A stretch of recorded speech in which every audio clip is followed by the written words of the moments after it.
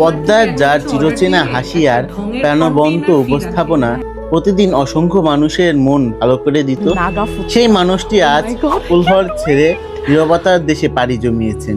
কারিনা কাউসার কেবল একজন content creator ছিলেন না, বরং ওনার কাজের মাধ্যমে ওনার অনুসারীদের প্রতিদিন জীবনের একটি অংশ হয়ে উঠেছিলেন। ওনার মৃত্যু এই খবরটি আসার পর থেকে পুরো ডিজিটাল দুনিয়ায় নেমে এসেছে শোকের ছায়া। প্রোফাইলে বেশি উঠছে ওনার রেখে যাওয়া স্মৃতিগুলো। বাস্তবতা হলো, একজন কন্টেন্ট ক্রিয়েটর যখন ক্যামেরার সামনে দাঁড়ান তখন আমরা ওনার ভেতরে ক্লান্তি আর জীবনের কঠিন লড়াইটা দেখতে পাই না। আমরা শুধু দেখি এক মুখে হাসি, কিন্তু এই পর্দার পেছনে যে কতটা মানসিক ও শারীরিক চাপ থাকে তা আজ ওনার এই অকাল প্রস্থানের মাধ্যমে আমরা বুঝতে পেরেছি।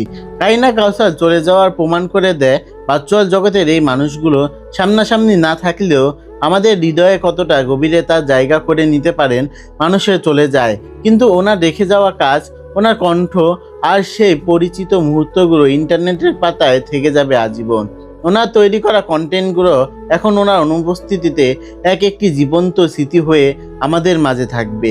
তবে ওনার এই নতুন কোনো ভিডিও নিয়ে আর কখনোই ক্যামেরার সামনে না দাঁড়ানোর বাস্তবতাকে মেনে নেওয়া ওনার পরিবারের জন্য এবং ওনার ভক্তদের জন্য ভীষণ কঠিন।